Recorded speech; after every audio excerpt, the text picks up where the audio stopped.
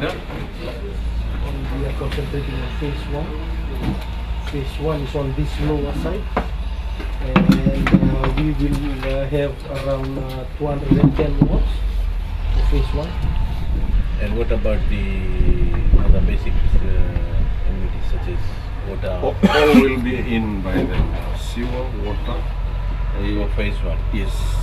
And we were just discussing on the electricity, Mr. Minister, that we'll need that to come in quite quickly.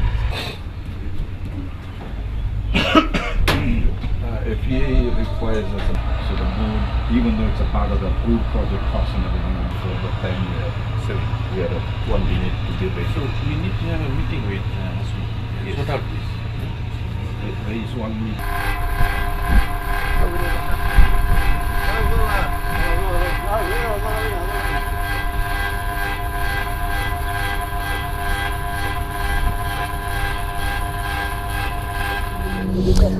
Yeah, I'm here with my team from Housing Authority, and this is a visit to see the works carried out here at the site, and I'm very happy to say the progress of the works. It's only 3 months after the groundbreaking, and about 70% of the works in phase one has been completed. So I'm really happy, and I think weather is very favorable, and that's why the contractor has managed to carry out works in such a short period of time. For the phase one, we will have around 200 lots.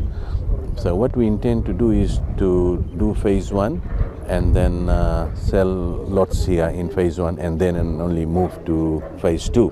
But that does not mean the work in phase two will stop. We will continue with the works, but for the sale of lots, we will start with phase one because it's almost done. We already have about 2,000 applications, and what we will do, because government has come into this project as well, government is also contributing for this project.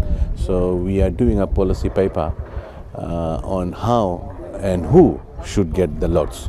That does not mean we have 2,000 applications. We will consider, we will have a policy, and we will make sure that those who are given lots are those people who do not own any lots or any house. I want to make it very clear. And then there will also be a ceiling in terms of salary.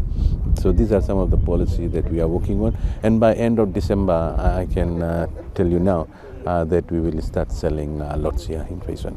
I have been just briefed by the contractor and the management that by mid of next year, we should also finish phase two. We also have Tawakumbu on our program.